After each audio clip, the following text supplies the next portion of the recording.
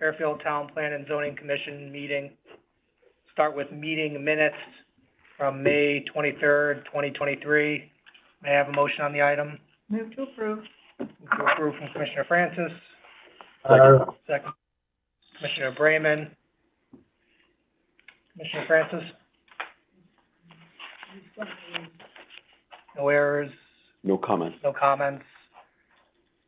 We have, sorry, Commissioner Ford is not available, I understand. Commissioner Collins is in on it, correct? Correct. Okay.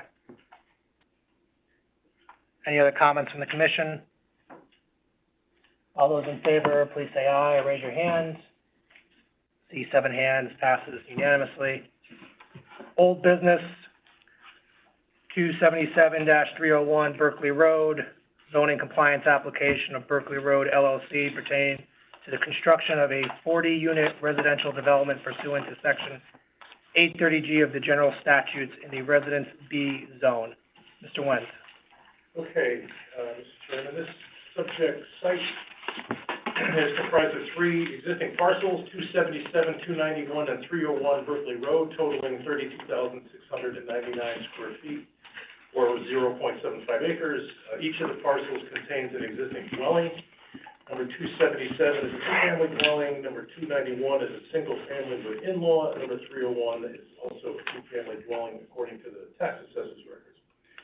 The proposed building is 33,777 square feet in size and is comprised of 4 occupied stories of 10 units each, above a steel and concrete podium with 19 parking spaces below.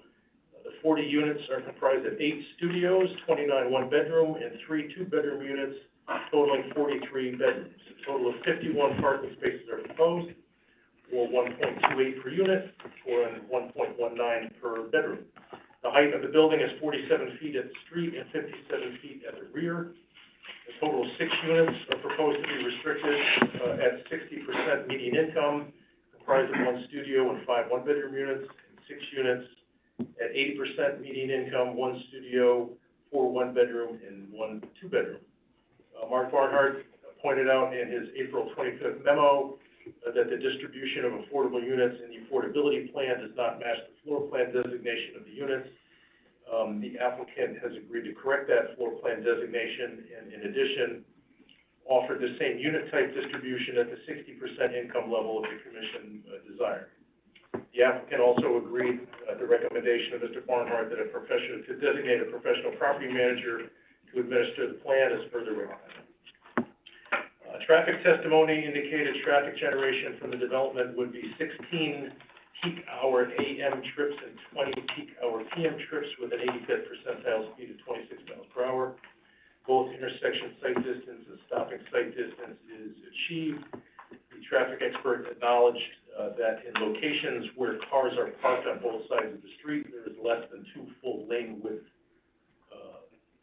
roadway remaining.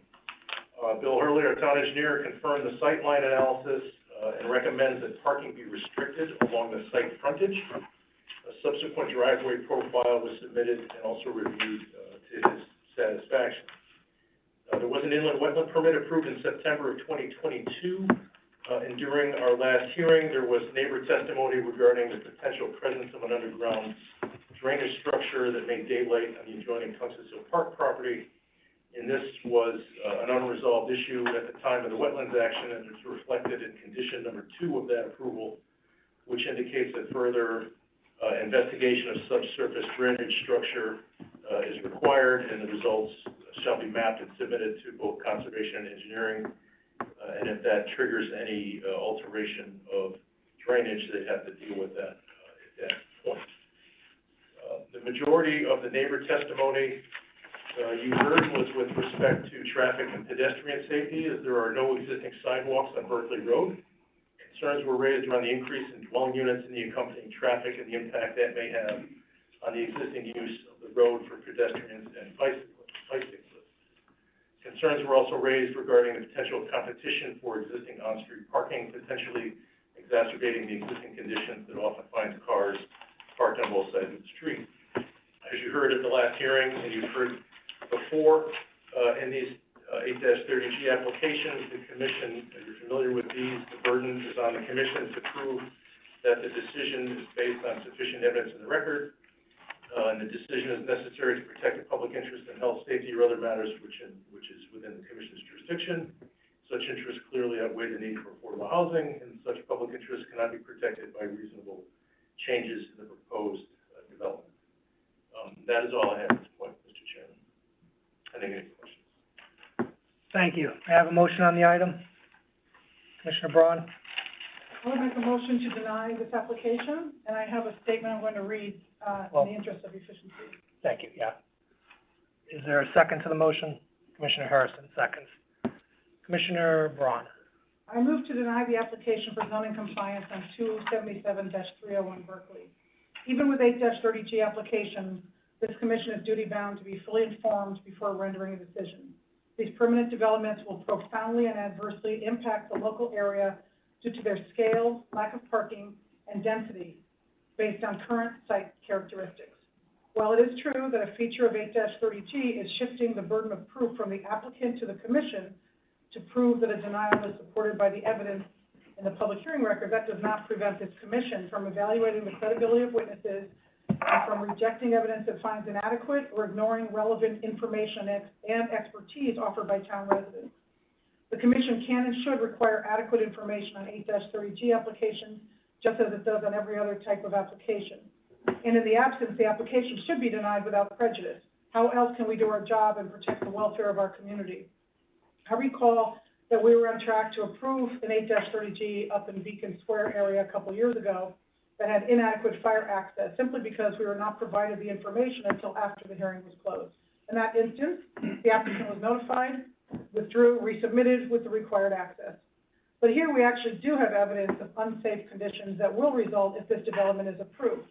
And I challenge the credibility of the traffic consultant's report. On trip generation, after development, it was claimed that only 12 vehicles would exit during the morning rush hour from an apartment building containing 43 bedrooms and 51 parking spaces. This defies common sense. The data used was from the ITE trip generation manual, which contains a sampling of data collected on a national basis. No effort was made to relate this data source to the location within Fairfield. How many studies in the current ITE trip generation manual were conducted in towns the size and character of Fairfield, or even in Connecticut? What years are covered in the database? What is the oldest year of data included? Averaging our studies from diverse communities over several years does not produce a result that is relevant everywhere, and it may be relevant nowhere. On Sightline, the data on speed was collected over the Thanksgiving week 18 months ago during the pandemic, from 11/19/21 to 11/27/21. The nearby residents testified that this road is used as a shortcut, has no sidewalk, and is a working-class neighborhood with already inadequate on-site parking due to small or non-existent driveways. Several houses have been unoccupied due to renovation. These relevant factors were not considered in the traffic report. The report failed to indicate the actual reading of the sight line. It simply stated that the sight line it determined was needed was achieved. The report used an alternate method of sight line to avoid crossing a private driveway. The report indicated that the town engineer concurred with the methodologies, but she has since retired and did not visit the site. The other town engineer didn't mention visiting the site in his email, and mentioned only that additional safety measures were suggested, such as, quote, no cars parking along the frontage, but without supplying any detail. In contrast to the incomplete, outdated, and inadequate report from the applicant's traffic consultant, the neighboring residents supplied an engineering drawing showing inadequate sightline when cars are parked near the access driveway. It does not matter whether in the past or on other applications, the town engineer or this commission may have handled parked cars differently. Based on the only site-specific information we have, there's inadequate sightline if cars are parked nearby. And there will be overflow parking. We normally would require 100 parking spaces for this size development, which is no longer able to be required due to 8-30G, but that normal requirement to accommodate parking needs will now be reduced to 51 spaces, leaving a likelihood that 49 vehicles will be parking in the street. As the local experts, parentheses, neighbors, have pointed out, many cars already must park on the street, and this will compound the issue of sightline. I ask that this commission not rely solely on consultants who fail to provide applicable data, use sloppy practices, and provide incomplete information, and that we do rely on the site-specific engineering drawing and detailed description of the actual conditions of this area that has been supplied by the residents. We also heard ample testimony about flooding. The project would more than triple the impervious surface of this parcel from 20 to 60 to 75%, including paving over the bulk of the wetlands buffer intended to protect the wetlands on the open space area adjacent. The impervious surface would increase because the fire marshal may require impervious rather than pervious pavers at the turnaround area closest to the wetland, as mentioned in the code review minutes. One abutting neighbor pointed out an unreported stream coming in the direction of the adjacent wetland. This is borne out by the SLR study dated 2/8/22 on Tunsis Hill Park floodplain remediation project, where a map labeled Figure 4 shows wetlands and a watercourse that appears to be flowing directly onto the neighboring property. This remains undetermined. The wetland permit is being appealed. One of the conclusions of the permit is that, quote, as proposed, negative impacts are anticipated to degrade overall water quality, both on-site and off-site, based on the coverage of additional impervious surfaces. It goes on to say that the intent of the upland review area, which is also known as the buffer, is protecting stream banks from erosion, providing floodwater conveyance, providing groundwater recharge and storage, water quality functions, including shade to moderate water temperature, trapping sediment, renovating surface water runoff, and isolating pollution sources, and other important ecological functions.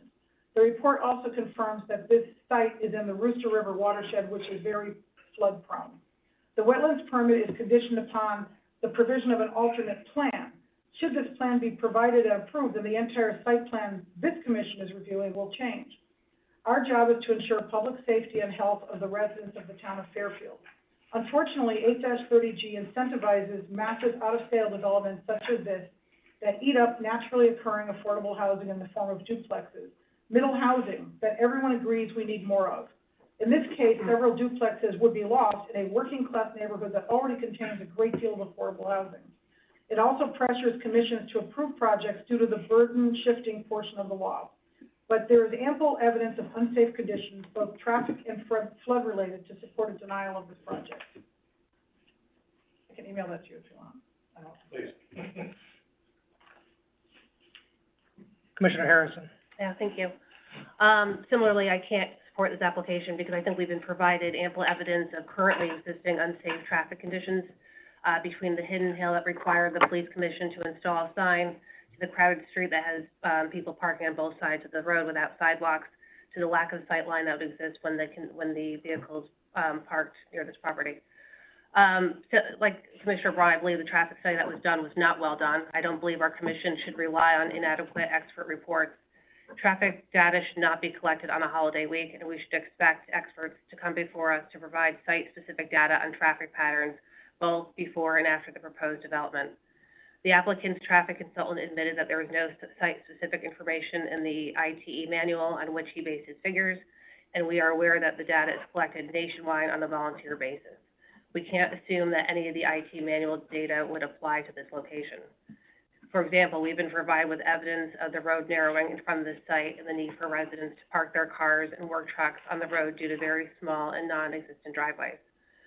In addition, the applicant's traffic engineer admitted that sight line submitted was not the actual data from his study. He says that the sight lines exceeded the minimum requirement, so he merely submitted that minimum as the actual sight line data. It is not in the consultant's authority to decide what the data the commission should or should not see. Since the actual sightline data is misrepresented or omitted from the submitted study, the study should be rejected until the actual observed sightline is provided to this commission in a fully revised report. I also want to point out a few other things.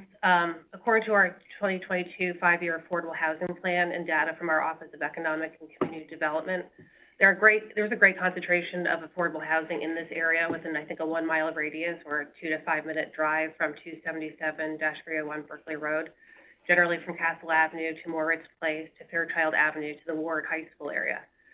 By my count, that adds up to 200 units in this part of town, and if you include Parish Court, about 1.5 miles away, it's almost 300 units. We've already approved another 64 units of affordable housing not yet built at the Metro Center, 83 Castle Avenue, 528 Blackhawk Turnpike, and Beacon Square. We previously approved 32 units of affordable housing at 980 High Street, which was denied because of the wetlands permit, or which was denied by the wetlands permit. The concentration far exceeds the affordable housing located in the rest of the town. The public policy of our state is not to concentrate all the lower income people in one area, but that's exactly what's happening in Fairfield. It is also the policy of our state and our town to increase our middle housing stock. Unfortunately, applications like this eliminate already existing middle housing. Here we have in this neighborhood, I've gone there a few times now, we have several units of duplexes which fit in and add a sense of the community in this neighborhood. But they will be demolished and replaced with at-a-scale neighborhood, killing massive apartment buildings towering over the other homes. At some point in the future, it could be claimed that our middle housing is decreasing, even as we allow it to be destroyed and replaced with apartment buildings that are too big for the neighborhood to accommodate. I don't believe that the legislators that passed 830G 32 years ago intended this to be used as a way to destroy working-class neighborhoods. This is the kind of neighborhood that we should be protecting because it provides naturally occurring affordable housing. And based on this neighborhood's characteristics, it can't accommodate the burden of perhaps 40 extra cars needing to be parked on a road. Some existing houses don't even have driveways, so they must park their contracting vehicles on the street because many of the houses have just one-car driveways. What we should be doing is providing more assistance to owners of middle housing and to encourage more duplexes and landlords entering the Section 8 housing program. The proposed building may work in other areas, perhaps, maybe in the high-density TOD area where we just voted on to expand, but it doesn't work in this location. This proposed development is not just burdensome and harmful to the neighborhood, but it's unsafe, and I won't support it. Thank you. Member of the commission, the member of the commission was to be heard. I have thoughts on the matter, but wanted to see what anybody else. Commissioner Levy? Yes. I mean, I've been to the site, and, you know, my impression is, if I lived in this neighborhood, I would be very upset if this development were to be approved. It's totally out of scale with the neighborhood. It replaces existing affordable housing, you know, which is naturally occurring in the neighborhood. And anybody driving through here observes that the road is very narrow when there are cars parked on both sides. And I was there on a weekday afternoon, and there wasn't a single parking space available on Berkeley Road. Now, in terms of our burden, while, you know, I would love to see a site-specific traffic plan, or traffic study, you know, the ITE standards are nationally recognized, and we've repeatedly recognized those standards as acceptable. So in terms of the traffic, or the amount of traffic generated by this site, I don't think there's any controverting evidence or any evidence in the record to show that the, you know, ingress and egress from this site will pose an undue burden on the neighborhood or safety. As far as the hill, it's sufficiently far from this site that I don't think that it impacts the general safety. And in terms of, you know, consideration of how it comports with our existing zoning or the existing neighborhood, you know, I don't think that's as much as this will stick out like a sore thumb, I don't think that that is a factor that we can consider when weighing the issue of providing affordable housing as against the impact on the neighborhood in terms of its fitting in with the general scale and so forth. I mean, unfortunately, most of these 830G applications are of such high density that they do not blend in any way with the existing neighborhoods, and they, you know, by their very nature, are permitted to, you know, violate the existing zoning. So to my mind, where we're left is that there is evidence in terms of the parking in this area and the impact that another 40 units would have on this neighborhood, okay? I think, even though, it's roughly, 1.28 per unit, that's available between the 19, underneath the building and the, outside parking, I just don't see it sufficient because from my observation of the area, from all the testimony from the neighbors, another 20, 30 cars trying to park in this area. We don't have any other available parking like in a TOD district. That is just going to pose a very serious problem, which could present a safety problem with the road being so narrow and cars being parked everywhere or having, increasing that density. So while I don't think there's enough evidence to deny it outright, I think that a reasonable accommodation could be made, which would be to reduce it by one floor, to reduce it by 10 units, and that would then allow that the proposed parking would be sufficient to not impose a threat to the safety, health, and welfare of the neighbors. So I would oppose the outright denial, but I would recommend a reasonable accommodation by reducing it to 3 floors rather than the 4 over the parking and reducing it to 30 units. Good. Thank you, Commissioner Levy. Any other members of the commission? Not, I'll dive in, if that's okay. Commissioner Frank? No, I'm sorry, Vice Chair. I'm sure he probably has some comments. I'm guessing he does, yeah. I'd like to reserve my comments until I've heard from Yeah, others. which is fine, so. Commissioner Francis, go ahead. We've visited this neighborhood, all of us, and some have walked the block, and we can see that the parking is very dense, very intense, and there are many business and vans and pickup trucks, as it's a real working-class neighborhood. The street is narrower than standard in some spots. We see walkers, joggers, bicyclists, people walking their pets, children playing, and there are no sidewalks. They have to use the street. It's a very dangerous situation as it exists. As the former district leader testified, this is the low census tract, and residents did not produce their own traffic test, although from 10 years on this board, I'm not sure that it would have made too much difference. The standards are so vague and so national, they're just not targeted to a suburban, heavily populated neighborhood. Here we have very small lots, and it's overparked already. I don't think a 40-unit development with about 90 bedrooms, I think it is going to add an awful lot of parking on the streets, but it would probably add about 20 cars, and to me, there appears to be no room as it is. I think the experts in this case are the residents, and we've heard from all of them that it's too dense, it's too dangerous, it's too overparked now, and it's not safe. There are no sidewalks. And I think it's obvious that sooner or later there will be an accident, and there is a real safety hazard in this application. My second concern was the trash disposal, and it was, we cannot have chutes for the trash in recycling because it would cost us a parking space and redesign and removal for apartments.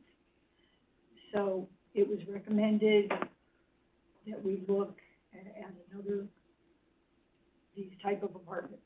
And so I went to Meredith's Place several times. And it's very attractive. It's a chain link fence that opens, French door, quick gate that opens, and a high curbing with cement with the dumpster on it. It is 5 feet tall, plus the curbing platform, as I am.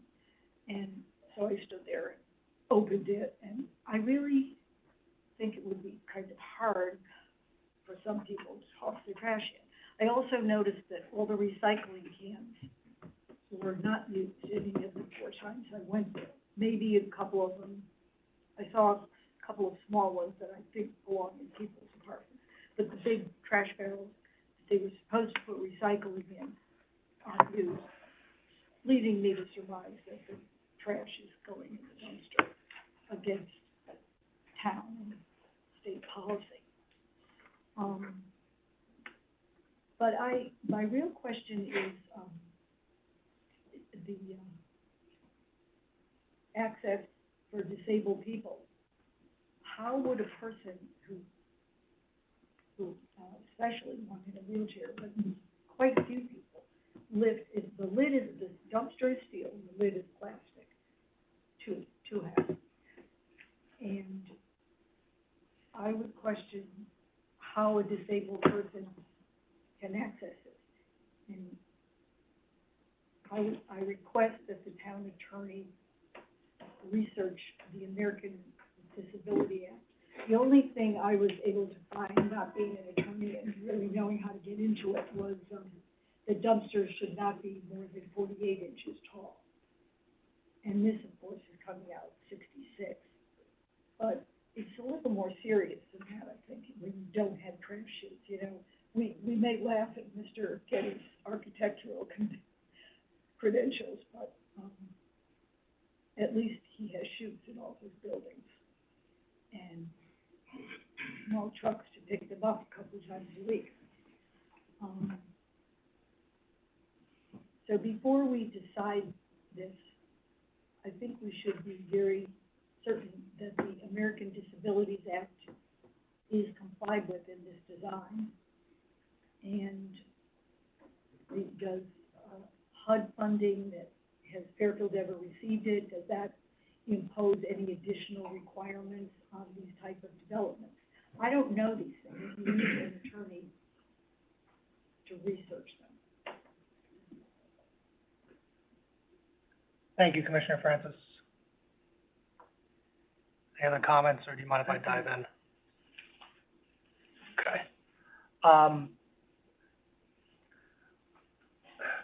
I think this application shows the weaknesses of 830G, in that you have the law require, well, in all practicality, requiring private developers to create the affordable housing. That's principally why I believe you get the concentration in the southeast of Fairfield, and I don't really believe that's fair. It's just the realities of the marketplace and of the law itself.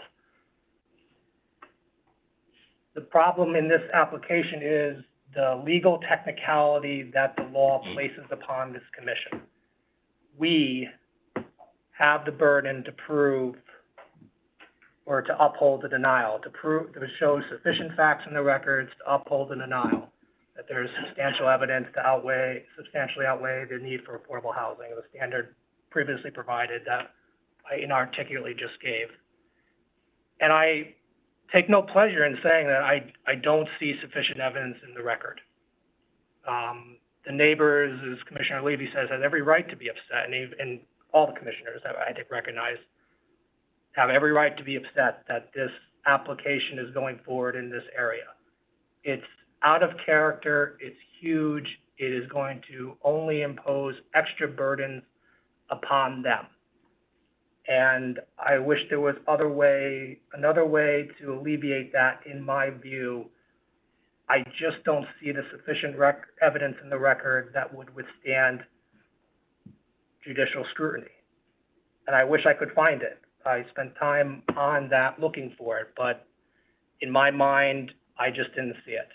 And I just feel bound to call it as I see it, so to speak. we have the burden of proof and persuasion in the Superior Court if and when this potential denial is appealed. I don't think we can hang our hats on the idea that we had insufficient knowledge. We have to show, we have an affirmative obligation to show that there's sufficient evidence in the record. The applicant's gonna have its own record to show why we're wrong potentially. And we're gonna have to prove, and I don't believe us standing there saying there was insufficient information in the records, or we didn't believe this without a contravailing source is going to withstand judicial scrutiny. The other problem is we have evidence in the record from our own agencies and departments that say that it is safe. The fire department, the police, and the engineer all corroborated the safety of the area in their own respective ways in their own respective fields. The traffic engineer, I gave a traffic report that I've seen numerous times, years on this commission, that is not outside the norm. Nobody likes ITE. I have yet to see how the ITE helps Fairfield. But it's accepted in the courts and elsewhere. I remember one gentleman, Mr. Wen, you're gonna have to help. He always came to our affordable housing to show that what the applicant did wrong in his plan. He moved, but he was starting to dive into the ITE and how it was not working, and I wish he stayed around. I still have his research to kind of dive into it myself. But he was starting to dive into it before he left. But we don't have anything contravailing, and I don't know how we can say that we disagree with it. They gave us they didn't give us complete measurements for a sight line, even though our two engineers support it, two different time periods, how we are going to be able to withstand judicial scrutiny in that respect. Again, especially because they've come out and said that we support, well, they don't support it, let me rephrase, that they find that the application is, by all accounts, safe in their view for their respective fields. So you can have issues with the traffic report, but I don't know how you get over that. And I suspect they, like everybody on this commission, see the problems that's going to arise and take no pleasure in saying what they said, but professionally felt obligated, as I do here. And I wish there was another way of helping this neighborhood, but we are bound by this 830G statute and the standards that the courts have set down in connection thereto. And I do not see anything in the record that will help us in a denial. Reasonable accommodation, I would love to discuss more, but I think it's still susceptible to the main problem that we have our own departments, I'll just say, approving or signing off on it as is. So, I'm not sure where to go with that. As to parking, this ratio of parking is, I don't remember offhand, it's above 1.3. Is that right, Mr. Wentz? What's the ratio again? 1.28. 1.28, did I round up? 1.28 per unit, 1.19 per bit. Okay, that is a ratio we have seen in the past for other 830G applications. I believe it was brought up in a court case that was brought to our attention at the hearing.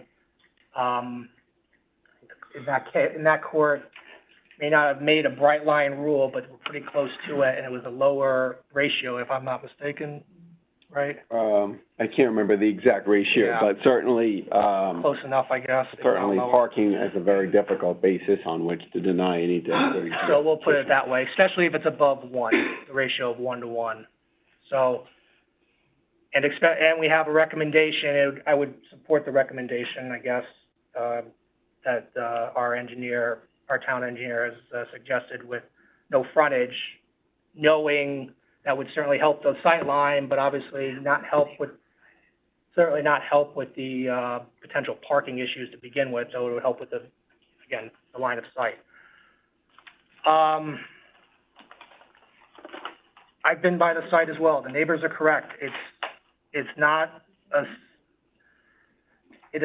safe area for this 40, how many units for this building. I agree with them wholeheartedly, and I'm not there enough to see enough of the pedestrians, but I take them at what they're saying, and that makes sense as far as all the extra pedestrian, not just the parking on the side and the tightness of the road. The problem is, as I see it, if you assume that it's unsafe per what the neighbors are saying, the question isn't whether the road is unsafe for this development, it's whether this development's impact will make it that much more unsafe to warrant, that would substantially outweigh the need for affordable housing. That's how I also view it well, this extra technicality and subtlety with this particular application. And again, with this record as it is, with our input from town, which we always get, I just don't see it in the record. And I, again, take no pleasure in saying that, but that's just my view. I agree with the chair's comments.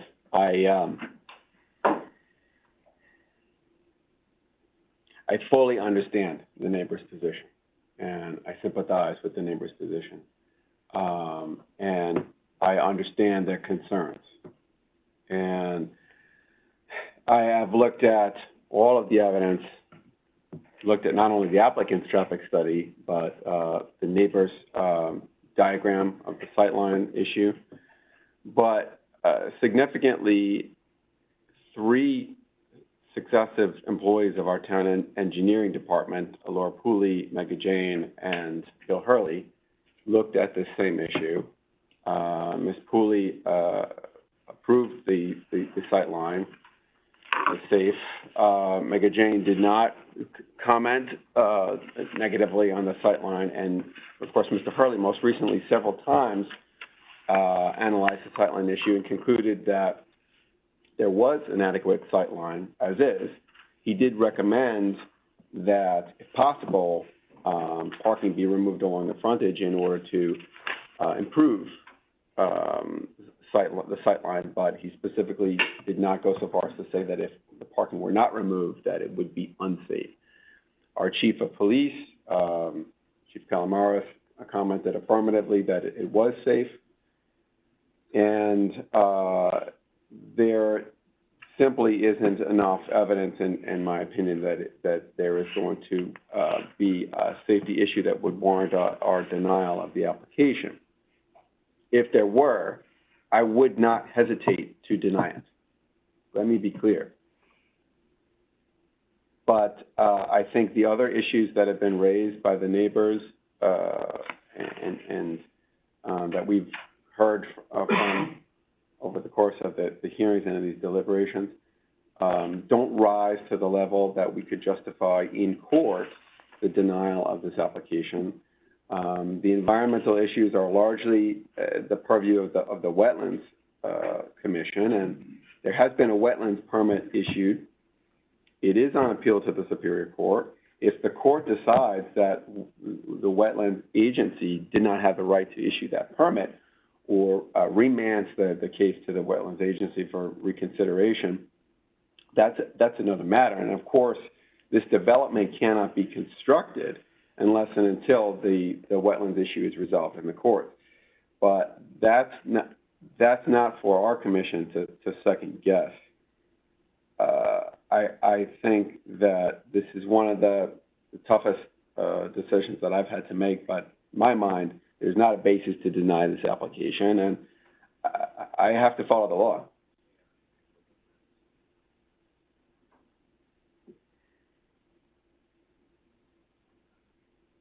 Any other member of the commission?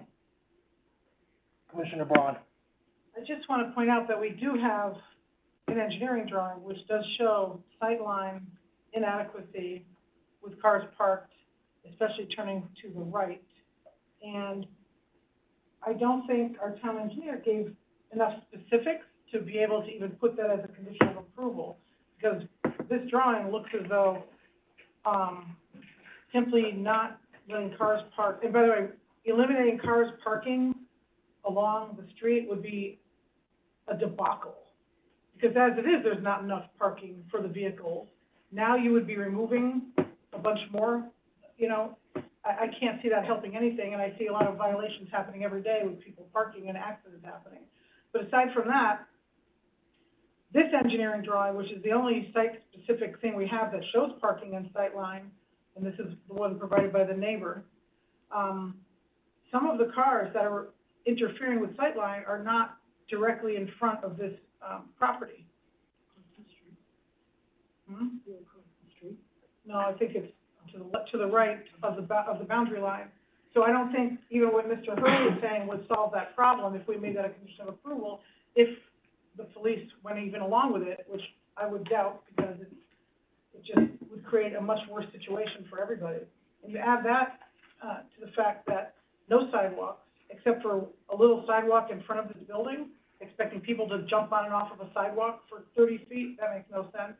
And the fact that everybody walks on that road. Children go to their bus stop, older people walk their dogs, people walk to Aldi's and stores, it's a cut through. I think there's ample evidence that it is unsafe right now, and that it would be extremely unsafe if you added more cars parking on the road, especially if you made less parking on the road. I don't see how it's doable. I think that is enough to, with an 8-30G, to determine that it would be unsafe. I could not, in my good conscience, approve something like that.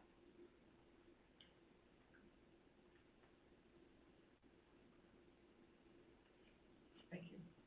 And that was, report you're talking about was from the neighbor. He hired an engineer. No, I remember, yeah, I forget who the engineer was offhand. We got the credentials, though, right? He was licensed, right? It didn't indicate that he's licensed in the state of Connecticut. But he was an But engineer. he's got an engineering, Degree. studied engineering and, Yeah, listen, I would be very happy to hop on a basis of denial if I saw one. And I understand, I saw that, and I read it, and I reviewed it. We have our own engineering staff that came in support of the sightlines. We regularly and rightfully defer to them in a lot of instances, and I'm not sure why we would deviate from that, from a engineering report, from someone we, didn't meet, which is fine, but we don't know who and what he did, and, it was explained by a neighbor, which I think is fair in the context of this proceedings, but I'm not sure personally don't believe that's a sufficient basis. Go ahead. So parked cars, I don't think any of the engineers consider parked cars, including ours, because I don't think anyone evaluated it. And it's up to us to determine, I believe, if we feel enough parked cars parked in the vicinity on a regular basis, where they should be considered as part of the sightline analysis. Clearly, the applicant did not. And I know that random sources, like the state DOT, they say you don't have to consider parked cars. Well, we have considered parked cars.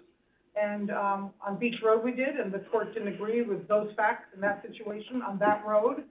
On 15 Umpqua we did. That remains to be seen what happens with that.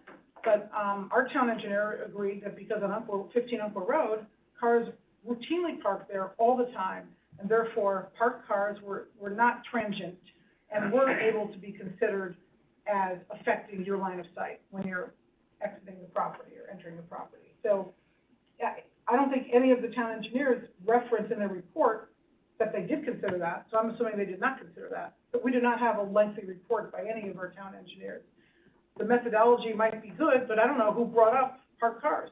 This was done, at some point, I guess it was done May 19th, but the only comment about parked cars is I would recommend additional safety measures. But I don't think anyone has evaluated it, and we do have an engineering drawing here that does evaluate it. and does show that these parked cars cause a sightline problem. But I think the recommendation from our town engineer that they remove the parking by the site is indicative that he did consider it. And Bill Hurley, as you said, did consider parked cars in the line of sight in Umpqua. So I don't believe it's fair to assume that he didn't because he didn't specify it explicitly in his report. I mean, if that was a consideration, that was something we can and, well, we could have asked before this hearing now for clarification, or we can ask now, but I would be of the opinion that Bill, knowing the issues on the street as it's evident to everybody who goes there, would consider that because he has in the past. His recommendation, and be clear, it was a recommendation, not a requirement for safety, but his recommendation was for parked cars around the site, so I would think that he did actually, in fact, take that into consideration. So, I mean, you're right, this commission has considered it in the past. We lost on Beach Road, and we'll see what happens with Umpqua.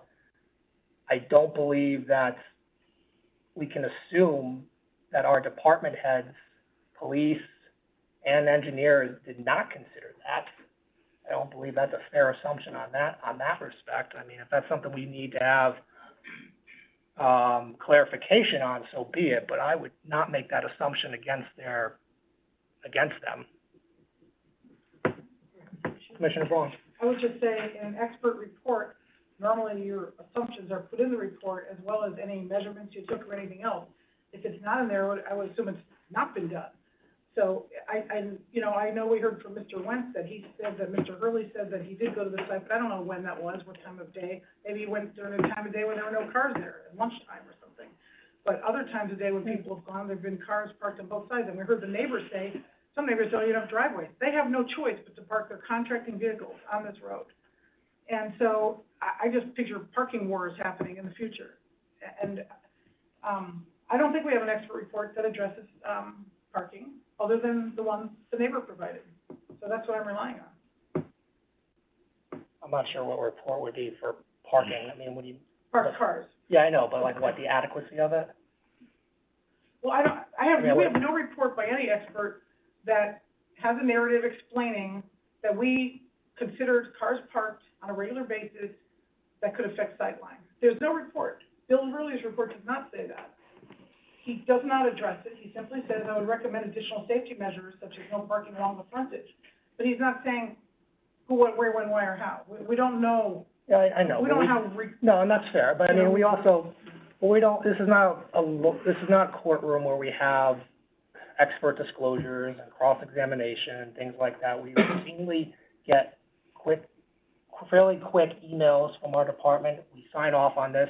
Minutes are just as quick, reports are just as quick sometimes.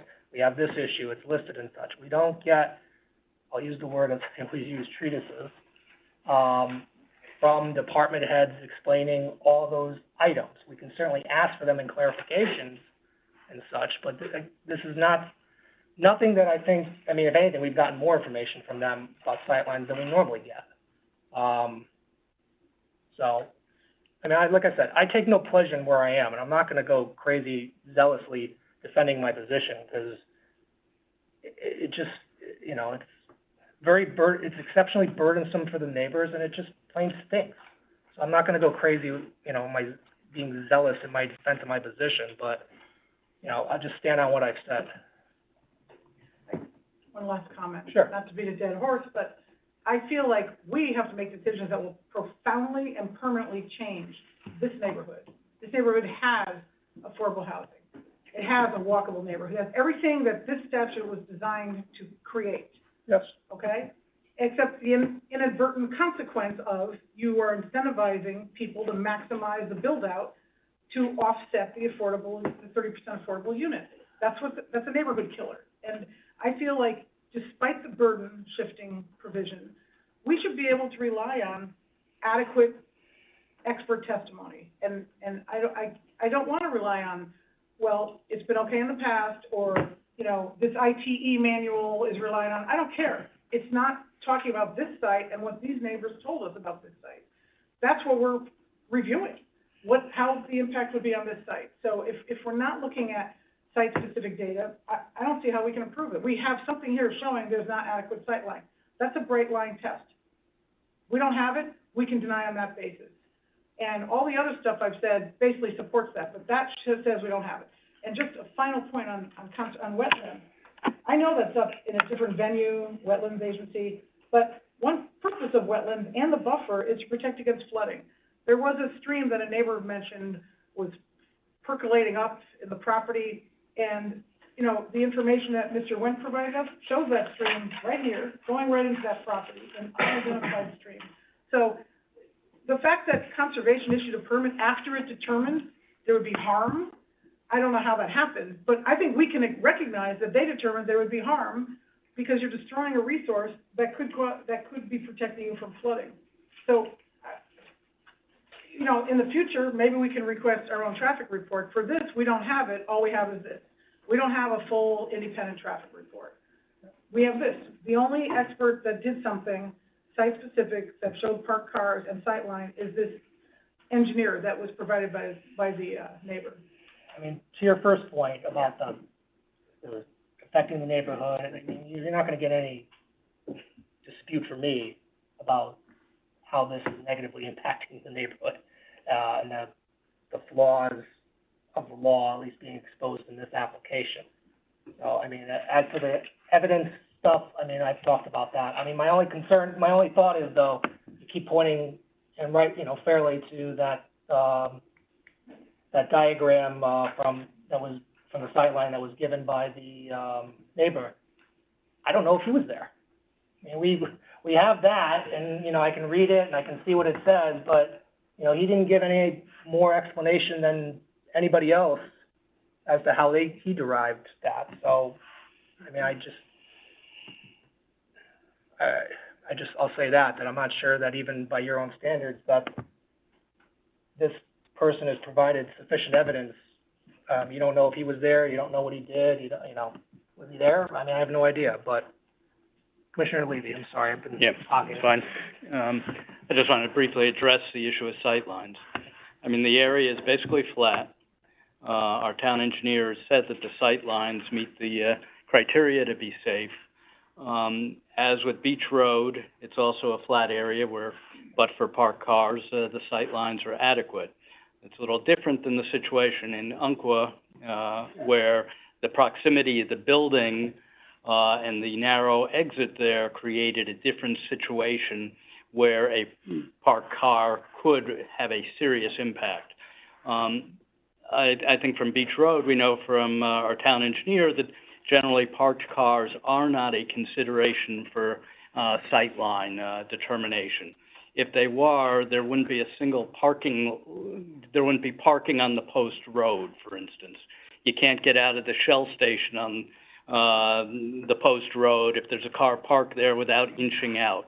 I can't get out of my office on the post road, which is near Lantern Hill in the Schwab building, when there's cars which are always parked there, which are within the sight line, without having to inch out. That is true wherever you have parked cars within the sight lines, and this site is no different than any other. So based on, you know, I think that's a red herring here. I think the sight lines are adequate.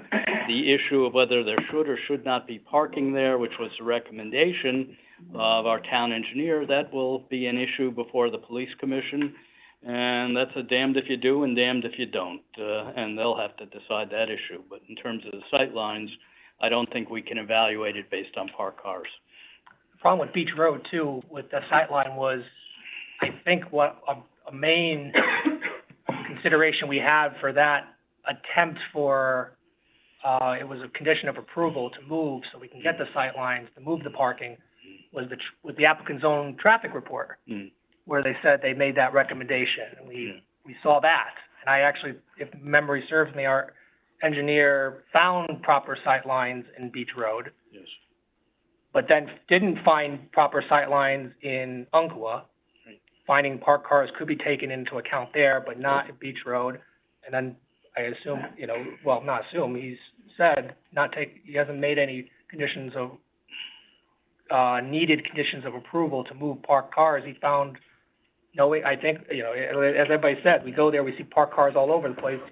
He saw it as well, that, sight line did not need to have parked car, was obtained with parked cars there, so. I remember Beach Road now that I'm thinking about it, it was the traffic report, the applicant's traffic report who found, or made a recommendation that it would be better for safety purposes. And that was what our basis was, actually.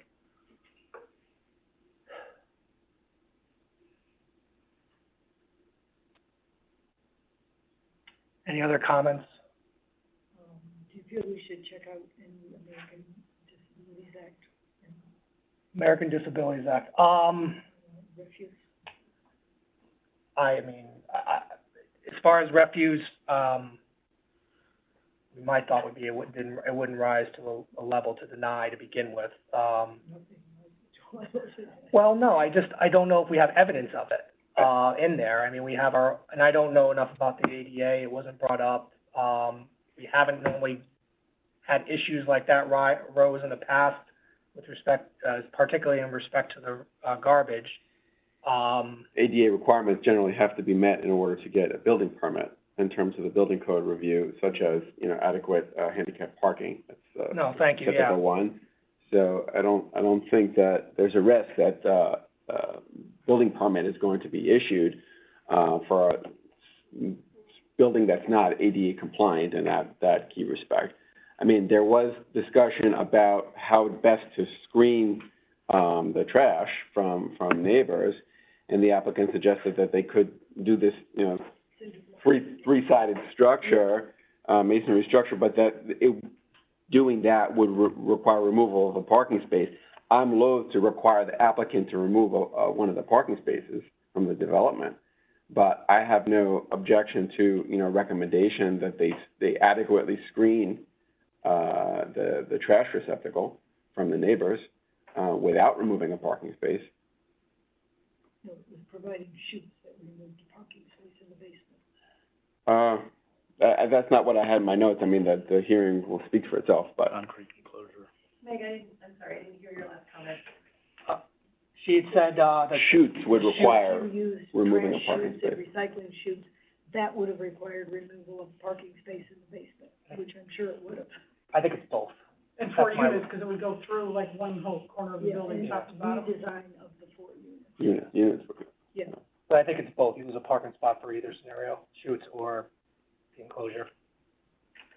That's my recollection. But it was already there in the drawing. And leaving 51 parking spaces. It didn't affect outside. Okay. I don't remember, I mean, It already was, and they just offered to make it masonry. okay. Which it's very attractive and it's workable, except if you're handicapped.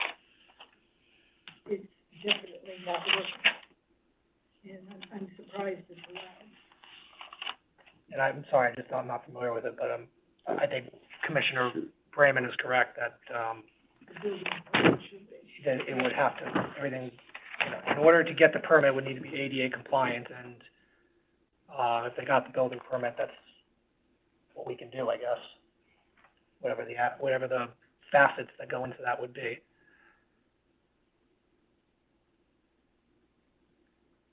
Any other comments from the commission, or can we put this to a vote? So the final comment would be that the neighbors, in this case, I would call the neighbors the experts, and they are very concerned about the safety, and I think rightfully so. With no sidewalks and lots of people. It's a very small lot, densely populated neighborhood. I think there is a real safety hazard there, that they're correct.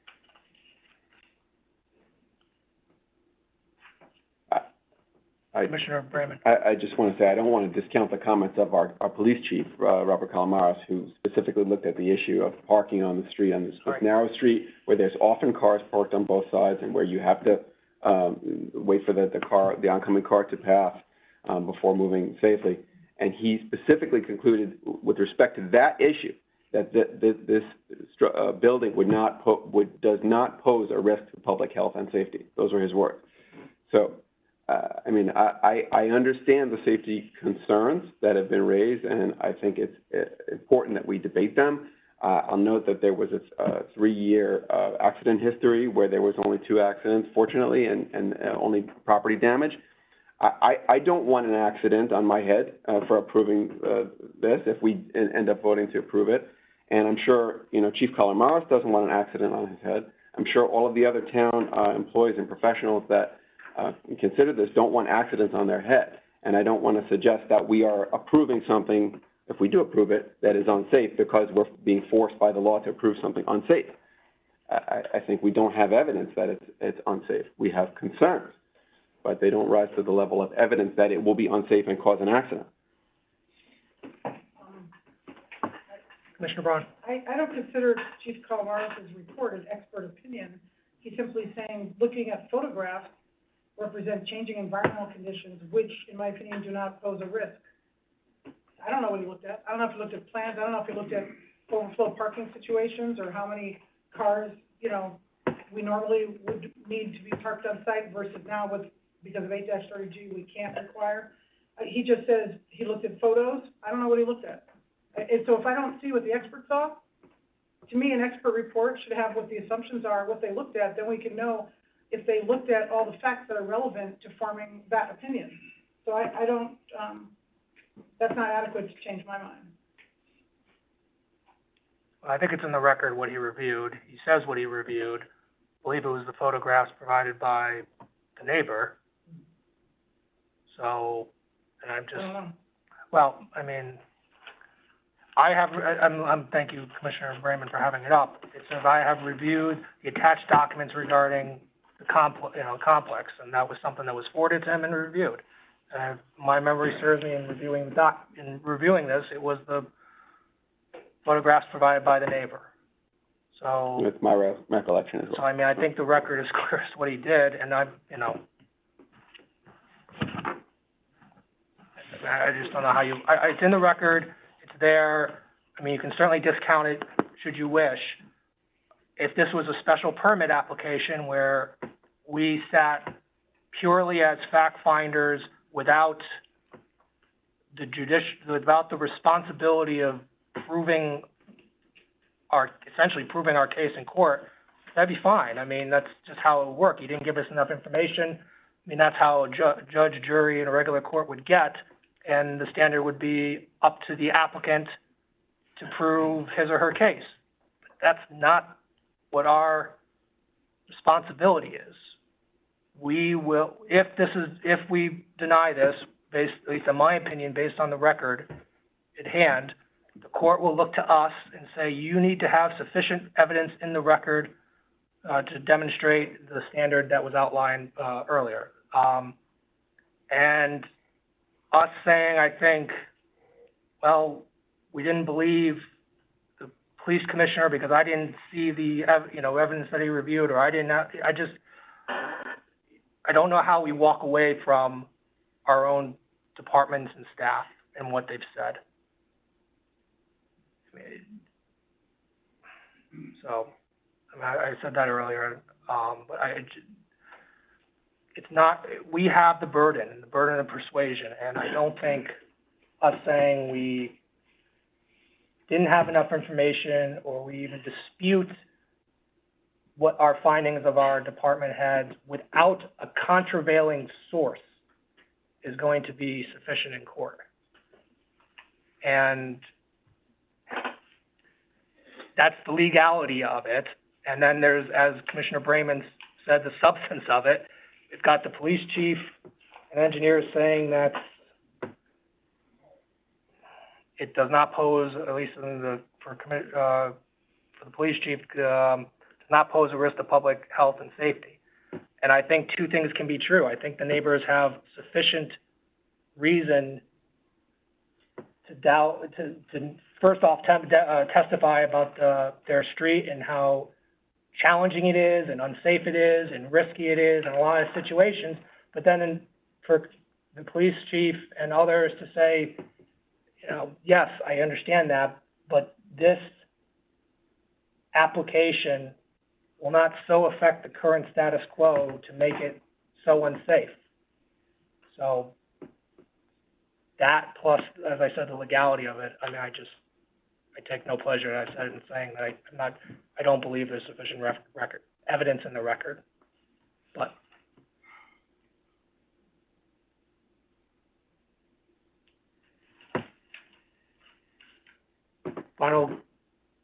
Final thoughts, anybody, comments?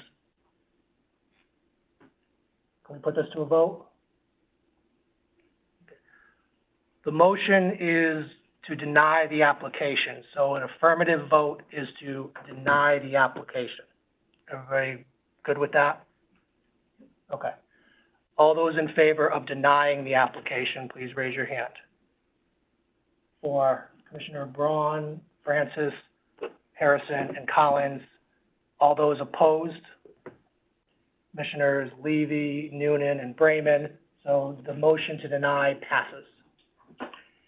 Just to be clear, Mr. Chairman, obviously, this was a lot of discussion on both sides of this, but you should probably follow up with the statement that the collective reasons that were articulated in this, and we will get your email that statement, we have to have a collective statement of the commission, despite the fact that it not being a unanimous vote, the majority vote is to deny, and all of the issues that were raised by those supporting the motion to deny will be reflected in the commission's collective statement. I think that's fair, and Commissioner Braun will circulate a draft to the staff.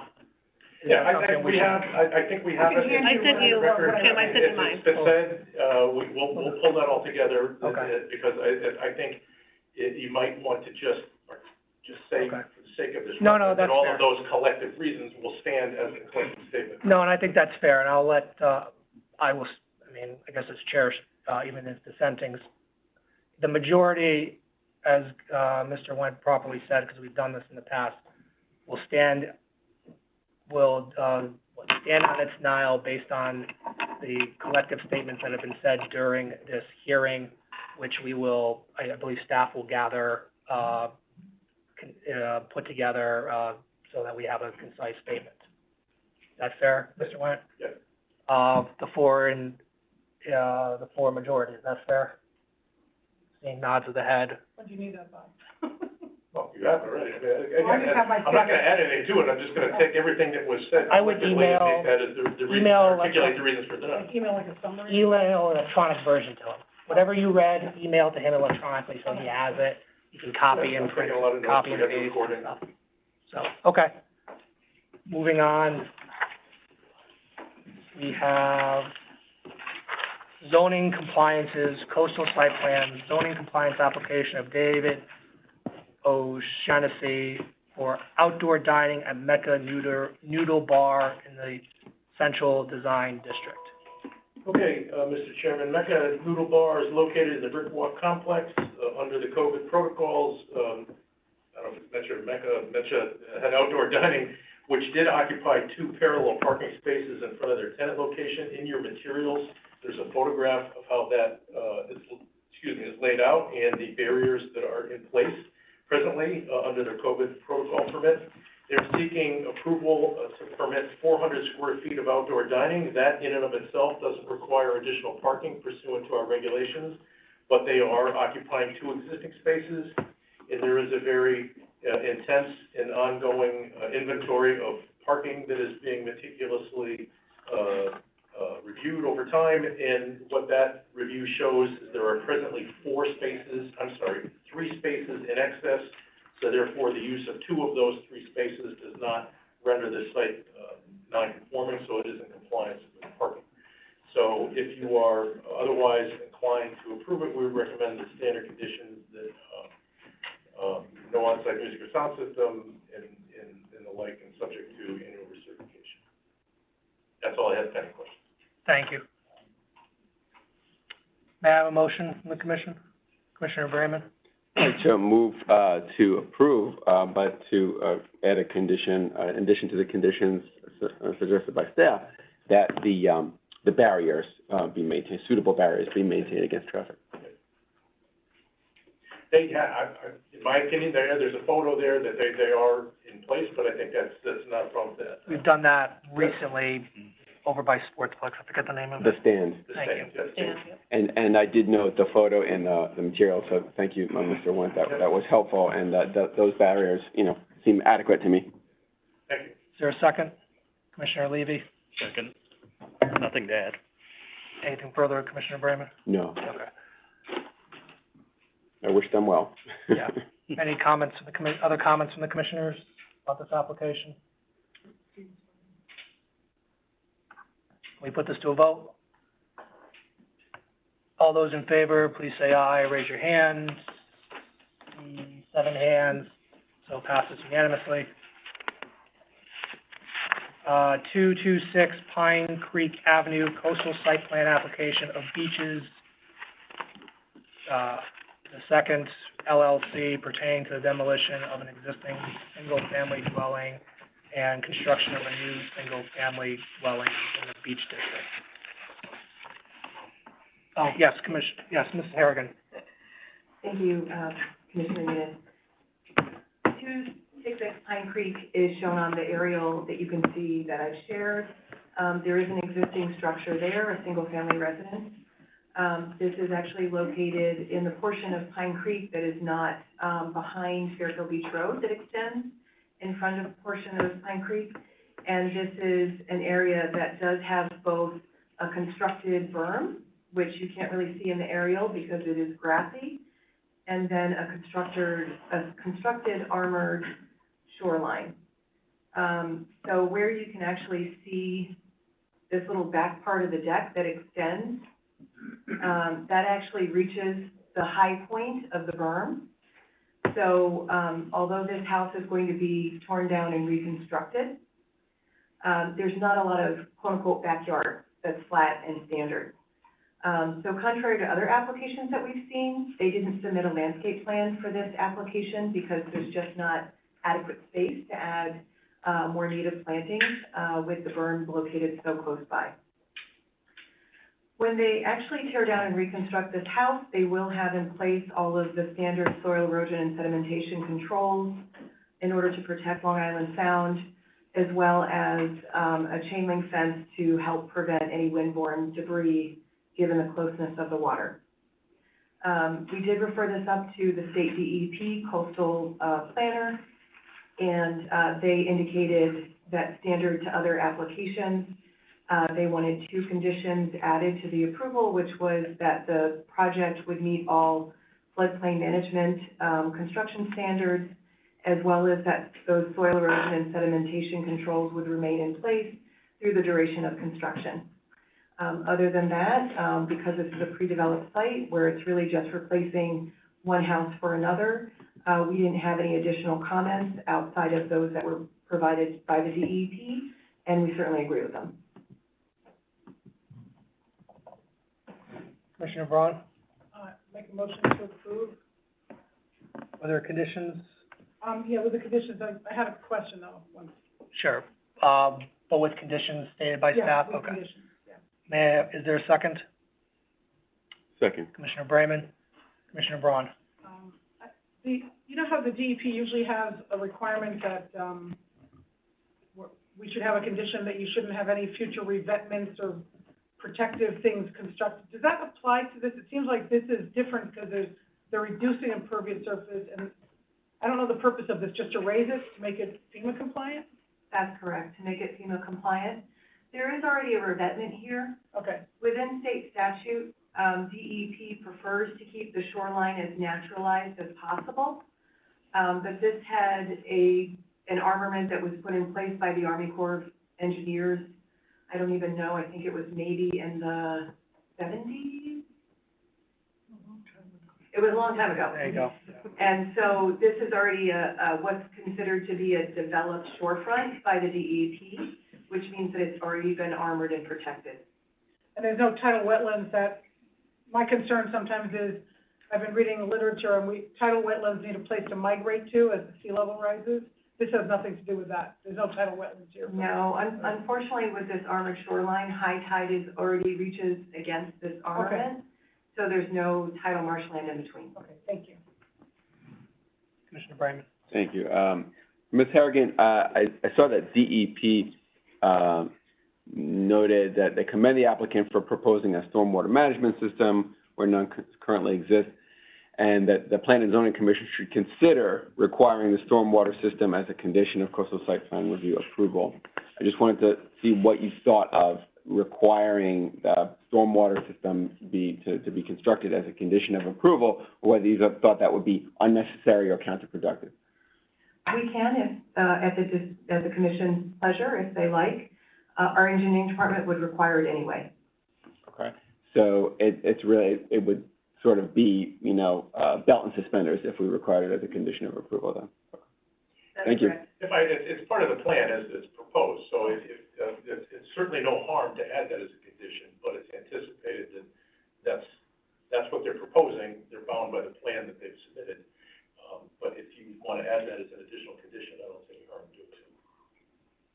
Thank you. So I think, given that it's part of the plan that's been submitted, and our engineering department will require that it be constructed according to that plan, I assume the applicant has no problem with the new drainage system. I don't think it's necessary to add an additional condition. Commissioner Francis? I just had a question. The plan calls for a drainage system to handle a 25-year storm. Why only 25 years? It's the standard set by our engineering department. So if, you know, they require something additional before they issue this permit, they could revise it accordingly. We get so many storms approaching 100 years. It just seems silly to have only a 25-year system. And they're probably spending $1 million something on the house. I'd go for about 100-year retention. They'll probably be 50 feet tall. So this is all underground? I don't know. I'm sick of a wall. Well, the problem with the 100-year storm scenario is that the entire property will be underwater. Right. Not just, so it would, Yeah, I guess. so the drainage system would be overtaxed. But the building itself will be it's to capture those lesser storms. We're gonna need a bigger. Yeah. Yeah. A life raft would be more effective than Not to belabor this point, but I noticed Deep did make their customary comment that they don't recommend any development in this area at all. And I assume that obviously since there was already a house there that now is being raised up to be made FEMA compliant, that we're actually improving the conditions in terms of flood resiliency. So.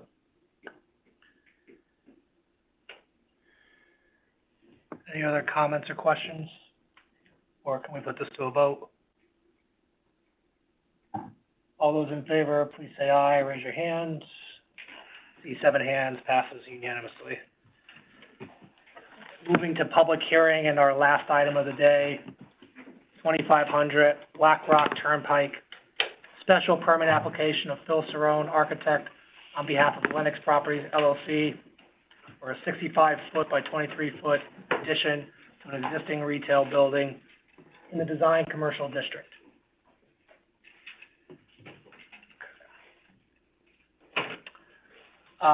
Just for the public's sake, while the applicant's getting ready, we will have the initial application, the initial presentation by the applicant.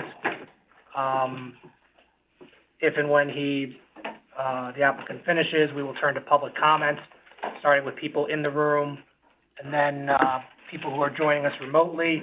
If you're joining us remotely, if you can please, I only see a few people, but I'll say it anyways, sign in the chat to let us know that you want to speak. And should public comment finish this evening, the applicant will have a last chance for rebuttal. So. Good evening. For the record, my name is Phil Cerrone. I'm the architect for this project. My office is here in Fairfield, Connecticut. With me is Kurt Lowenstein from Landtech, which is the civil engineers for this project. Phil, can you move the mic closer, please? Do we have a microphone? I didn't know if you had a microphone. Sure. Is it okay there, or do you want me to I can put it on this? That's better. So I'm going gonna give you a brief overview, and then Kurt will talk a little bit more about. Can you just, put it up to you though, because I think people in the back are having a tough time hearing you. You can stick that in your pocket if you want to put that. Is that all right like that? Yes, perfect. Okay, If perfect. you want to move, just grab that and stick that in your projector. Oh, yeah, perfect, good, because I'm just gonna walk away and it was gonna fall on the floor. All right, so back to the project. So, as is stated in the record, this is Lennox Jewelers, has been here for about 4 or 5 years. They've done a lot of improvements to the project, to this property over the time that they've been there. They did put a small vestibule addition on several years ago. The project now is to expand the footprint. The business is doing really well. They've been in Fairfield on Black Rock Turnpike for about 40 years. You probably remember they used to be just down the street, where now is the mattress place and used to be the cookie place and everything over there. So the project is, here's the existing building, and there's an existing retaining wall back here, and then this is all conservation and easement space. All right, so just to kind of give you a little bit better overview, as I said, the existing building is here. We're trying to put an addition on the back, which is gonna entail us moving the retaining wall back. We're not going beyond, the property is both in a residential and a commercial district, and we have a conservation easement in the back.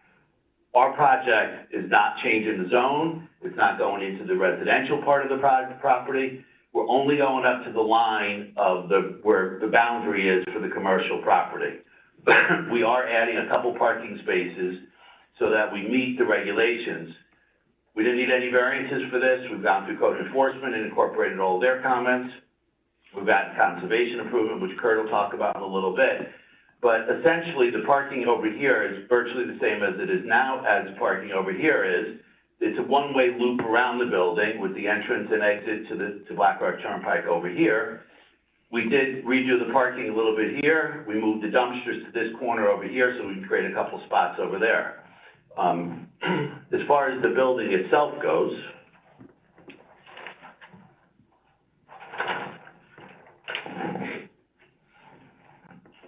it's a one-story addition. So this is the existing building here. The main entrance is here. The addition is this section over here.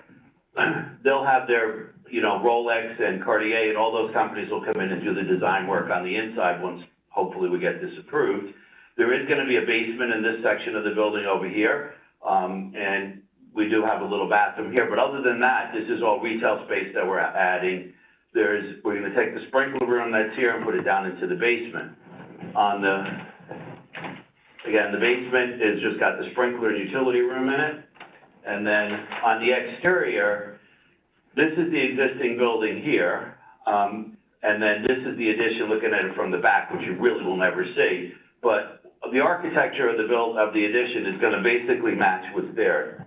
So here's just a little rendering of what it's gonna look like. This is the section right here that we're adding onto the building, and then the retaining wall in the back that's gonna get moved back.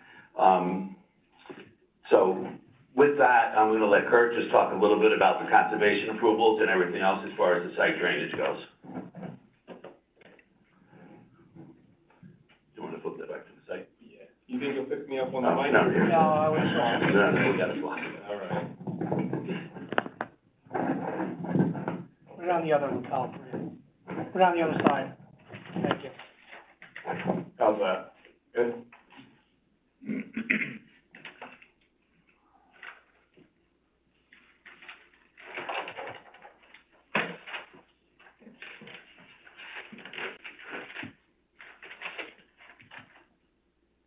Okay, so existing lot here, fully developed, as you all know, Lennox Jewelers is there. There's an existing underground drainage system located along the exit aisle here that then discharges to, there's a bioretention along the road here. There's existing infrastructure, catch basins, piping that picks up the parking lot area and connects into the drainage system that's over in this area here. The addition does coincide with some of the existing infrastructure, so there will be some rerouting, piping, manholes to come around our addition. The roof from the addition will be captured, and then we'll be providing new underground detention that will be connected onto the existing. That'll attenuate for the 2 through the 100-year storm less the 5, so 2, 10, 25, 50, and 100. We're meeting all of the water quality requirements of the town statutes, as well as the peak runoff rate. So we'll be reducing or keeping to what the existing is now. The retaining wall in the back will be expanded back, as Phil mentioned. Wall heights won't exceed 4 feet here, but we will provide fall protection on the top side of that. Conservation-wise, we did receive approval. Provide what protection? Fall protection, so there'll be a fence on top. So if somebody was on this side of the wall, they couldn't fall off. Conservation, we did seek approval from them for a certificate of wetland compliance, and we did receive that. There were some conditions which will be incorporated into the final plans. Most of it involved, although we're not encroaching into the conservation area, there is some existing vegetation on the top side of the wall. Anybody that's been out there, you'll see that it's heavily vegetated up top. Obviously, for the construction of the wall, some of that vegetation will be disturbed, and they're really seeking for us to restore the area on the top of the wall, which we will in the final condition. Other than that, I mean, we're picking up the new impervious areas for the expanded drive, really to get us around the building for circulation, and the new roof area for the addition. Yeah, the one thing I just want to add to that is we did have the wetlands restaked, as Conservation had asked us to do. Correct. How far back are you pushing back the wall? Roughly 10 feet from where we are now. I see, probably more as we go, at least to my left of the drawing. Right down Yeah. this end here, it's going back a little bit further because the wall does this. Yeah. over Yep, here. So this it's is about in maybe the 15 to 20 foot range. In the rear here is around 10. I see dotted lines, some that are more, one that's more flat, one that's more curved. Are those the boundaries for conservation or the residential? This is the wetland setbacks of the review area for the wetlands that were, as Phil mentioned, that were reflagged in the conservation area, and then this more horizontal represents the zone line. So commercial on this side, or design commercial district on this side, and then the R3 zone on this side. And how close are you getting to, it looks like they potentially meet. We're proposing up to the line without crossing over. Are they are they on top of each other at one point, or does conservation? Oh, where the wetland setback and the zone line, Yes, excuse me. they roughly coincide at this point here. So you'll go up to whatever, either of those lines, if there's one closer than the other, you'll go up to a line. Correct, we won't be encroaching on either. those lines. Okay. Right, but the one thing to just clarify is that neither of those are the conservation setback line. The conservation setback line is much further back. Well, that's what I was getting at then. Right, Okay, so that's what, what I wanted to say. what, This is the easement, This is the line we're going to, but this is the conservation. okay, so the line you're going up to is the zone change. Correct. So go back to where you were, please. No, closer view. Thank you. So I see the more horizontal dotted line up top looks to be the zone difference. Correct. What was then the more curved one? this is the upland review area for the wetlands. This plan, I think, shows it a little bit better. Okay, thank you. This crosshatch gray area represents conservation easement area. This line here is that curved line that we just saw in the previous plan, represents the 140-foot wetland upland review area from this flagged wetland here. And that's the area we just had recently flagged. Okay. So you're not going into the easement or the upland review area at all? Correct. You're going up to it, but not over. Correct. Go, We're going up to the zone line, we're going up to the wetlands easement line, we're not going anywhere near the conservation. No One more. setbacks required? Not from those lines, no. Because that is a setback from the wet. so what's the Correct. diagonal lines here then? That represents the existing conservation easement. Easement, got it, thank you. So the easement doesn't go all the way to the length of the upland review area? That's correct. No, it does not. How much impervious surface are you adding? Like, it's 10 feet? It's rough, in total, between this area for the parking and the addition is roughly 3,800, but the addition represents 1,400 of that, which is over existing impervious. So we're compensating for roughly 3,800, but you're looking at the, 2 and change of actual new impervious surfaces out there beyond what there is today. So the new impervious surface, more than what's impervious now, is not 3,800, it's less than that. It's correct, that's around 2,000, but our drainage compensates for, not just the new impervious, but for the addition roof area itself. So we're overcompensating in a way. Somebody has a question. Yeah, I have a Thank question. you. Yeah, thank you. I have a question. So the plan include, or the addition includes, building a full basement, is that right? That's correct. So what's there now? Is there a basement now? No, there's no basement in the existing building. There's no basement, okay. And will that basement be a workshop or a The basement workspace? is mostly gonna be storage. We're putting our utility room down there. We're taking the sprinkler room, which is currently in the middle of the retail area, and putting that downstairs so we can get some more retail space there. Okay, thank you. Commissioner Braun? Does building a basement require excavating, or is it already in the foundation that's already there? Like, are you excavating to build a basement? Of course, yes. Oh. How do you do that? You have to go underneath the existing building? No, we're not putting the basement under the existing building, only under the Oh, addition. oh, okay. So the basement is only this section here. Does the existing building have a basement? No. We'll have to underpin this wall, but we're not going under the building. Okay. And how far down are you digging into the, We'll probably dig down, we'd want about an 8-foot clear basement, so we'll probably dig down about 10 feet. and do you know what the groundwater level is? We haven't done any soil borings over there, but we're relatively confident that we're not gonna have lead here. 'Cause when, I know that there was some borings done previously, I think when we were involved in another potential project here, we had some borings done and didn't hit rock back here, so. Because, Go ahead, sorry. I'm sorry, I was just gonna say, usually we have that information before us, so we know that it's not gonna create a problem with, you know, how you're changing the subsurface hydrology. Did conservation ask you for any of that, or? They did not, but to that point, the existing drainage system that's here, the bottom of that system is roughly 10 feet below what the finished grade is here. So on that basis, the original design that was approved would have had to provide adequate separating distance. Generally, is at least a foot of clear between observed groundwater and the bottom of the drainage system. On that assumption, if the highest the groundwater would have been observed here would have been at 132. So if we're excavating 10 feet, we would be above that, so we wouldn't have. How far above it? It would be roughly a foot. So if you're off, what happens? How do you build your basement if the groundwater is too high? How high above groundwater do you have to build the basement? You don't need to, you can build it in the groundwater, just need adequate, waterproofing for it. I mean, we've built basements in 6 or 7 feet of water, and Mhm. just build it as a bathtub. Right, but then that changes the underground hydrology if you're building this big structure, digging it in the middle of the groundwater, no? It would not affect. This is, you gotta think of groundwater not in a micro location. Groundwater is a large plane of water essentially throughout the entire area.